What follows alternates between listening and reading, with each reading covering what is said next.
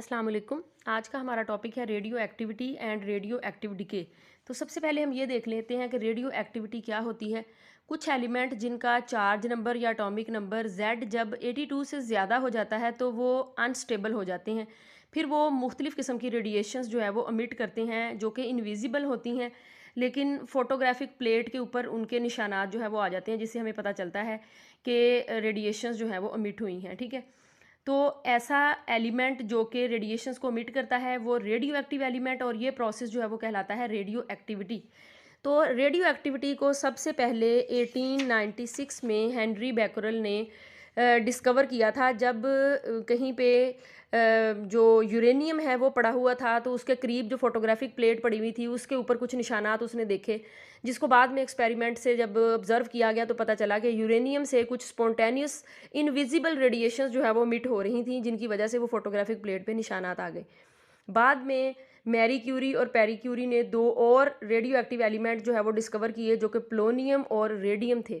ठीक है, तो ये जो यानी रेडियो एक्टिविटी का प्रोसेस है ये स्पॉन्टेनियस प्रोसेस है और प्योरली न्यूक्लियर फिनोमिना है, यानी न्यूक्लियस में से रेडिएशंस जो है वो अमिट होती हैं। इसका जो फिज़िकल या जो केमिकल रिएक्शंस होते हैं उससे कोई रिलेशन नहीं है, और ये रेडियो एक्टिविटी जो है वो किसी भी जो एलिमेंट है उसकी फ़िज़िकल स्टेट के ऊपर भी डिपेंड नहीं करती, जैसा कि टेम्परेचर, प्रेशर और डेंसिटी का इस पे कोई फ़र्क नहीं पड़ता। ठीक है, क्योंकि ये एक स्पॉन्टेनियस और यानी आप ये कह लें कि न्यूक्लियर फिनोमिना है। ठीक है, खुद ब खुद रेडिएशंस जो हैं वो अमिट होती रहती हैं। तो अब एक एक्सपेरिमेंट जो है वो किया गया इन रेडिएशंस की नेचर को जांचने के लिए कि रेडिएशंस किस तरह की होती हैं। तो सबसे पहले एक रेडियो एक्टिव जो एलिमेंट था वो लेड ब्लॉक में रखा गया, वहाँ से एक सुराख के ज़रिए रेडिएशंस जो हैं वो बाहर निकल रही हैं। आगे इलेक्ट्रिक फील्ड जो है वो अप्लाई की गई, मैग्नेटिक फील्ड अप्लाई की गई, और एंड पे जो है वो एक स्क्रीन रखी गई, फोटोग्राफिक प्लेट, जहाँ पे ये देखने के लिए कि रेडिएशंस जो हैं वो किस तरह के निशानात वहाँ पे छोड़ती हैं।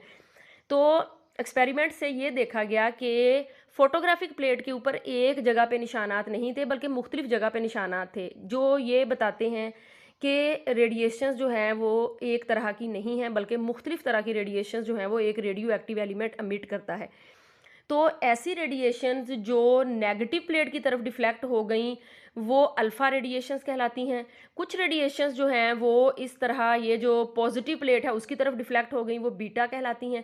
और कुछ रेडिएशंस जो हैं वो ना तो पॉजिटिव और ना ही नेगेटिव की तरफ डिफ्लेक्ट हुई, इट मीन्स उनके ऊपर कोई चार्ज नहीं था, वो जो है वो सीधी ही चली गई, और वो कहलाती हैं गैमा, गैमा रेज। ठीक है, तो अब तीन तरह की रेडिएशंस जो है वो हमें मिली कि एक रेडियो एक्टिव एलिमेंट एक्चुअली तीन तरह की रेडिएशंस जो है वो अमिट करता है, अल्फ़ा, बीटा एंड गैमा।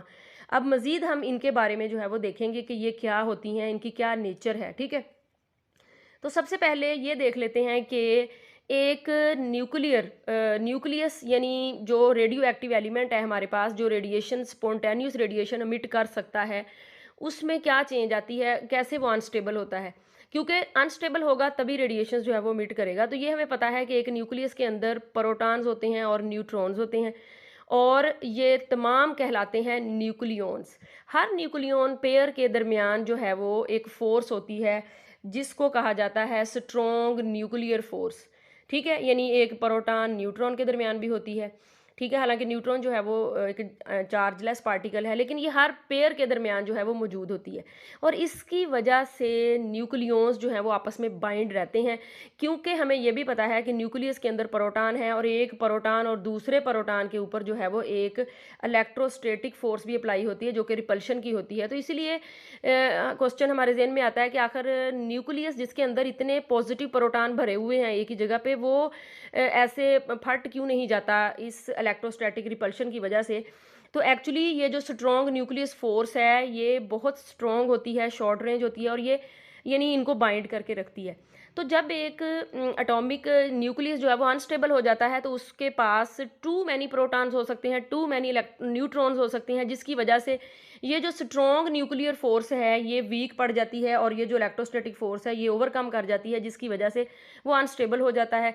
एक रीज़न ये भी हो सकती है, और दूसरी रीज़न होती है रॉन्ग, यानी न्यूट्रॉन टू प्रोटॉन रेशो जो है वो एक स्पेसिफिक रेशो होती है स्टेबल एलिमेंट के लिए, वो नहीं होती। तो यानी उसकी वजह से भी ये अनस्टेबल हो जाते हैं। या फिर रेडियो एक्टिव आइसोटोप्स होते हैं।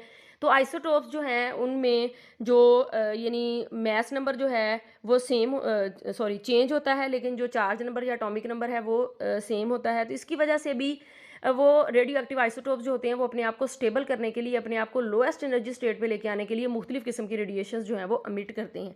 तो ये रीजंस हो सकती हैं किसी भी रेडियो एक्टिव एलिमेंट के कि वो रेडिएशन जो है वो क्यों अमिट करता है। ठीक है, उसके बाद अब हमने जैसा कि देखा कि वो पार्टिकल जो नेगेटिव प्लेट की तरफ मुड़ गए थे वो अल्फ़ा पार्टिकल कहलाते हैं। अल्फ़ा पार्टिकल एक्चुअली एक हीलियम न्यूक्लियस होता है जिसके अंदर 2 प्रोटॉन होते हैं, 2 न्यूट्रॉन होते हैं, और इसको इस तरह से लिखा जाता है 2He ऊपर 4। ये जो फोर्स है ये इसका मैस नंबर है, ये जो 2 है ये इसका एटॉमिक नंबर है। ठीक है, उसके बाद वो पार्टिकल जो कि पॉजिटिव प्लेट की तरफ मुड़ गए थे वो फास्ट मूविंग इलेक्ट्रॉन होते हैं जिनको बीटा पार्टिकल कहा जाता है, और जहाँ पे भी बीटा मिशन होगा वहाँ पे इस तरह का साइन बना हुआ होगा। ठीक है, तो उसके बाद जो थर्ड नंबर पे आ जाते हैं, ये आ जाती हैं वो रेडिएशंस। ये इलेक्ट्रोमैग्नेटिक रेडिएशंस होती हैं, क्योंकि ना तो ये पॉजिटिव प्लेट की तरफ मुड़ती हैं ना ही नेगेटिव प्लेट की तरफ मुड़ती हैं। इट मीन्स इनके ऊपर कोई चार्ज नहीं होता। तो ये क्या हुई फिर, इलेक्ट्रोमैग्नेटिक रेडिएशंस, जिनकी जो वेवलेंथ होती है वो एक्सरे से कम होती है लेकिन एनर्जी और फ्रीक्वेंसी बहुत ज़्यादा होती है। ठीक है, तो ये हाईली एनर्जेटिक फिर रेडिएशंस हुई। ठीक है, तो इनको एनर्जी जो है वो, ठीक है, ये एनर्जी होती है। ये दोनों पार्टिकल होते हैं, अल्फ़ा यानी पॉजिटिव, बीटा जो है वो नेगेटिव, और ये गैमा रेडिएशंस जो होती हैं ये एनर्जी के फोटॉन्स होते हैं। थोड़ा सा इन पार्टिकल की नेचर के बारे में यहाँ पे देख लेते हैं। तो जैसा कि हमने पहले पढ़ा कि हीलियम न्यूक्लियस जो है वो हैवी होता है थोड़ा सा। तो अगर हम इसकी पेनिट्रेशन पावर की बात करें तो इसकी पेनिट्रेशन पावर जो है वो कम होती है, पेपर तक ही पहुंच के रुक जाती है। लेकिन अगर इसकी आयनाइजिंग पावर की बात करें तो इसकी आयनाइजिंग पावर जो है वो बहुत ज़्यादा होती है, यानी जहाँ पे भी जाता है ये बहुत ज़्यादा आयनाइजेशन क्रिएट करता है, इसलिए इंसानों के लिए बहुत ज़्यादा डेंजरस हो सकता है। अगर बीटा पार्टिकल की बात करें तो बीटा पार्टिकल जो है वो फास्ट मूविंग इलेक्ट्रॉन्स होते हैं, लाइट वेट होते हैं, इसीलिए एनर्जेटिक भी बहुत ज़्यादा होते हैं, और इसीलिए हम ये कह सकते हैं कि इनकी पेनिट्रेशन पावर जो है वो अल्फ़ा की निस्बत ज़्यादा होती है, यानी यहाँ से पेपर से गुजर के यहाँ तक जो है वो ये पहुँच जाते हैं। लेकिन इनकी जो आयनाइजेशन पावर है वो अल्फ़ा पार्टिकल की निस्बत जो है वो कम होती है। ठीक है, उसके बाद जो गैमा है ये तो यानी चार्जलेस होते हैं, तो ये हाईली एनर्जेटिक फोटोन होते हैं, तो इनकी जो पेनिट्रेशन पावर है ये सबसे ज़्यादा होती है। ठीक है, यानी बाकियों की निस्बत बहुत ज़्यादा होती है, लेकिन आयनाइजिंग पावर जो है वो ये इनकी कम होती है। ठीक है, और ये तीनों के तीनों ही यानी स्किन में यानी पेनिट्रेट जो है वो किसी हद तक कर जाते हैं, जैसे पेनिट्रेशन पावर के पॉइंट ऑफ व्यू से देखा जाए, और ये आयनाइजेशन क्रिएट करते हैं और डेंजरस होते हैं। इसीलिए इनको ब्लॉक करने के लिए यानी शील्ड करने के लिए लेड का जो है वो इस्तेमाल किया जाता है, कि लेड जो है वो फिर फास्ट मूविंग, जैसे गैमा को देखा कि लेड तक पहुँच के वो भी रुक गया, तो लेड में रखा जाता है हमेशा इस तरह के रेडियो एक्टिव एलिमेंट को, कि ये बाहर इंसानों को और दूसरे जानदारों को नुकसान जो है वो ना पहुँचाए। ठीक है, उसके बाद जो है वो हम देखेंगे रेडियो एक्टिव डिके, जिसको न्यूक्लियर ट्रांसम्यूटेशन का नाम भी दिया जाता है। एक न्यूक्लियस जब रेडिएशंस को मिट करता है तो वो पुराना न्यूक्लियस तो नहीं रहता, वो एक नए न्यूक्लियस में कन्वर्ट हो जाता है। तो इस प्रोसेस को कहते हैं रेडियो एक्टिव डिके और न्यूक्लियर ट्रांसम्यूटेशन।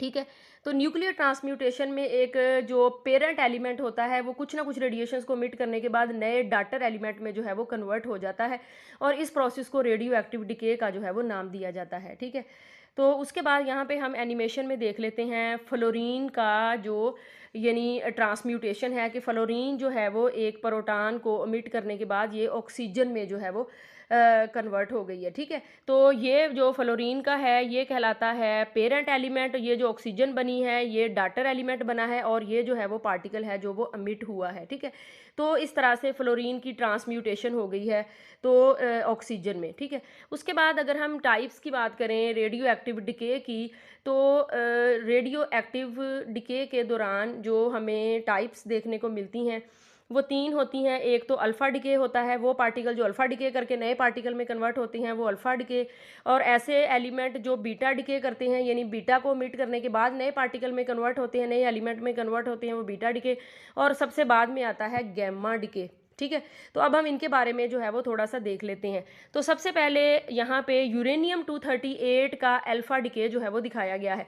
याद रखें, डिके में आपने ये ज़हन में रखना है कि कोई भी यानी प्रोसेस है, चाहे ये न्यूक्लियर का प्रोसेस क्यों नहीं है, इसमें जो लॉ ऑफ कंजर्वेशन अप्लाई होते हैं। कौन से लॉ जो है वो अप्लाई होते हैं? चार्ज का लॉ भी अप्लाई होता है कि यानी इक्वेशन के इस तरफ और इक्वेशन के इस तरफ, यानी ये जो पेरेंट है और डाटर है और जो निकलने वाला एलिमेंट है वो, तो दोनों तरफ जो है वो charge number, mass number, momentum और एनर्जी, मास एनर्जी, ये सारा कुछ कंजर्व होना चाहिए, ठीक है। इक्वेशन आपने बैलेंस जो है वो लिखनी है। तो यहाँ पे जो यूरेनियम है ये पेरेंट एलिमेंट है, जो थोरियम है ये बन रहा है डाटर एलिमेंट, और अल्फा पार्टिकल एमिट हो रहा है क्योंकि हम अल्फा डिके के बारे में पढ़ रहे हैं। तो ये देखें, जब अल्फा पार्टिकल एमिट हो गया तो जो यूरेनियम था उसका जो यानी मैस नंबर था वो यूरेनियम का था 238, लेकिन अब बन गया 234 क्योंकि उसमें से अल्फा पार्टिकल निकला तो 4 यानी इसका मैस नंबर था तो वो इसमें से माइनस हो गया। इसी तरह से इसका जो एटॉमिक नंबर था 92 था, ठीक है। और जो नया बनने वाला एलिमेंट होगा फिर वो उसका जो एटॉमिक यानी नंबर होगा वो 90 होगा, क्योंकि 2 जो है वो ये इधर चला गया, हीलियम के साथ चला गया, ठीक है। क्योंकि हीलियम का जो मैस नंबर है वो 4 है, एटॉमिक नंबर जो है वो 2 है, तो नए बनने वाले एलिमेंट का जो मैस होगा वो 4 से कम होगा और जो एटॉमिक नंबर होगा वो 2 से कम होगा। तो इस तरह से ये हो गया अल्फा डिके, ठीक है। कि इस तरह से एक न्यूक्लियस जो है वो अल्फा डिके करता है कि उसमें से 2 प्रोटॉन और 2 न्यूट्रॉन जो है वो निकल जाते हैं, तो वो एक नए एलिमेंट में कन्वर्ट हो जाता है। तो उसकी जो पुरानी पोजीशन होती है पीरियोडिक टेबल पे वो नहीं रहती, बल्कि वो जहाँ पे कन्वर्ट होता है वहाँ पे शिफ्ट हो जाता है, ठीक है। तो उसके बाद जो है वो आ गया हमारे पास बीटा डिके। बीटा के बारे में हमने ये पढ़ा कि बीटा जो होता है ये एक फास्ट मूविंग इलेक्ट्रॉन है जिसके ऊपर नेगेटिव चार्ज होता है। तो क्वेश्चन ये ज़हन में आता है कि न्यूक्लियस में तो सिर्फ प्रोटॉन होते हैं और न्यूट्रॉन होते हैं, और हम ये भी कह रहे हैं कि जो रेडियो एक्टिविटी है कि न्यूक्लियर फिनोमिना है, तो एक न्यूक्लियस के अंदर से इलेक्ट्रॉन कहाँ से एमिट हो गया। एक्चुअली जब जब भी एक मतलब जो रेडियो एक्टिव एलिमेंट होगा वो अनस्टेबल होगा तभी वो रेडिएशंस को एमिट करेगा। तो अनस्टेबिलिटी के दौरान यही होगा ना कि या तो न्यूट्रॉन बहुत बढ़ जाएंगे या प्रोटॉन बहुत बढ़ जाएंगे। तो जब न्यूट्रॉन बहुत बढ़ जाते हैं तो एक न्यूट्रॉन जो है वो प्रोटॉन में कन्वर्ट हो जाता है, ठीक है। तो यहाँ पे भी यही हुआ। ये जो है वो थोरियम का था 234, ठीक है। और उसके बाद जो है वो ये बन गया प्रोटेक्टिनियम। तो ये देखें, थोरियम का था 234, लेकिन क्योंकि एक एटॉमिक में जो न्यूक्लियस था उसमें जो मैस नंबर उसमें कोई चेंज नहीं आया, क्योंकि एक न्यूट्रॉन एक प्रोटॉन में बन गया, कन्वर्ट हो गया, तो उधर ही रहा ना, कोई चेंज नहीं आएगा। तो इसलिए मैस नंबर में कोई चेंज नहीं आएगा, लेकिन जो चार्ज नंबर है, जो एटॉमिक नंबर है, वो कम हो जाएगा, एक से बढ़ जाएगा एक से, यानी 90 से 91 हो गया, क्योंकि यानी एक प्रोटॉन जो है वो उसके पास बढ़ चुका है। अब एक प्रोटॉन बढ़ गया तो जाहिर सी बात है उसका एटॉमिक नंबर बढ़ गया, तो उसको कंपेंसेट करने के लिए एक इलेक्ट्रॉन जो है वो एमिट होगा, क्योंकि दोनों तरफ जो है वो हमने जो चार्ज नंबर है या जो मैस नंबर है उनको बैलेंस करना होता है, ठीक है। तो इस तरह से ये होता है कि बीटा पार्टिकल कैसे उसमें से जो है वो यानी शिफ्ट होता है। तो हम ये कह सकते हैं कि एक न्यूट्रॉन जो है वो एक प्रोटॉन बन जाता है। अब जो बीटा डिके होता है ये 2 तरह का हो सकता है, एक बीटा पॉजिटिव डिके होता है और एक बीटा नेगेटिव डिके होता है, ठीक है। तो एक में एमिट होता है इलेक्ट्रॉन, तो ये कहलाता है बीटा नेगेटिव डिके। एक में होता है बीटा पॉजिट्रॉन, तो ये होता है बीटा पॉजिटिव डिके, ठीक है। तो दोनों की एग्जांपल्स जो हैं वो यहाँ पे दी गई हैं, तो आपने दोनों को जो है वो देखना है कि इसका क्या मतलब है। यहाँ पे कार्बन 14 लिया गया है, कार्बन 14 के पास 6 प्रोटॉन है और 8 जो है वो न्यूट्रॉन है, जैसे यहाँ पे लिखा भी हुआ है। बीटा नेगेटिव डिके के दौरान क्या होगा कि एक जो है वो न्यूट्रॉन प्रोटॉन में कन्वर्ट हो गया, तो इसके पास 6 से 7 प्रोटॉन हो गए और न्यूट्रॉन जो है वो एक कम हो गया। तो यानी दोनों तरफ जो है वो ये रहा बराबर ही, क्योंकि ये पहले 6 थे अब वो 7 हो गए हैं, ये 8 थे ये 7 हो गए हैं, तो वो तो बराबर ही रहा ना, ठीक है। लेकिन यहाँ पे अगर हम देखा जाए तो ये एक एंटी न्यूट्रिनो पार्टिकल एमिट हुआ और एक इलेक्ट्रॉन एमिट हुआ। तो यहाँ पे ये वाला हमारे पास आ गया बीटा नेगेटिव डिके, यानी एक न्यूट्रॉन जो है वो प्रोटॉन में कन्वर्ट हो गया और साथ एक बीटा पार्टिकल यानी इलेक्ट्रॉन जो है वो एमिट हो गया। उसके बाद यहाँ पे देखें, ये कार्बन 10 है, इसके पास 6 प्रोटॉन है और 4 न्यूट्रॉन है। अब इसमें एक प्रोटॉन जो है वो कन्वर्ट होता है न्यूट्रॉन में। बीटा पॉजिटिव डिके में क्या होता है, एक प्रोटॉन जो है वो न्यूट्रॉन में कन्वर्ट होता है, ठीक है। तो इसके पास 6 प्रोटॉन थे तो प्रोटॉन कम हो गए, 5 रह गए। इसके पास 4 न्यूट्रॉन थे तो 4 न्यूट्रॉन बन गए 5 न्यूट्रॉन, क्योंकि एक प्रोटॉन न्यूट्रॉन में कन्वर्ट होगा। और इसको कंपेंसेट करने के लिए एक पॉजिट्रॉन की जो है वो फिर एमिशन होगी, साथ एक न्यूट्रिनो भी इमिट होगा, ये भी एक पार्टिकल होता है, ठीक है। अब आपने ये याद रखना है, जब इलेक्ट्रॉन मिट होगा तो एंटी न्यूट्रिनो मिट होगा, और जब पॉजिट्रॉन मिट होगा तो न्यूट्रिनो मिट होगा। Neutrino and anti neutrino are both anti particle, ठीक है, ऑफ ईच अदर। जैसे कि इलेक्ट्रॉन और पॉजिट्रॉन जो है वो एक दूसरे के एंटी पार्टिकल होते हैं, ठीक है, सेम, लेकिन इनका जो चार्ज नंबर है, यानी आप ये कह सकते हैं कि वो डिफरेंट है। वो इलेक्ट्रॉन है, ये पॉजिट्रॉन है, यानी ऑपोजिट होते हैं, एक दूसरे के एंटी पार्टिकल हैं। तो देखें, ये वाला जो है वो इनका जो ऊपर था उसके ऊपर जो है वो कोई फ़र्क नहीं पड़ेगा, यहाँ पे इसके ऊपर कोई फ़र्क नहीं पड़ेगा। तो ये आपने सारा देखना है कि बीटा पॉजिटिव क्या होता है और बीटा नेगेटिव क्या होता है, 2 तरह के डिके होते हैं। उसके बाद लास्ट में आ जाता है गैमा डिके। देखें, गैमा डिके में ना तो एलिमेंट के चार्ज नंबर में फ़र्क आता है, ना ही एलिमेंट के मैस नंबर में फ़र्क आता है, क्योंकि जो गैमा रेडिएशंस होती हैं ये कोई पार्टिकल नहीं होता, बल्कि ये high frequency high energy electromagnetic radiations होती हैं।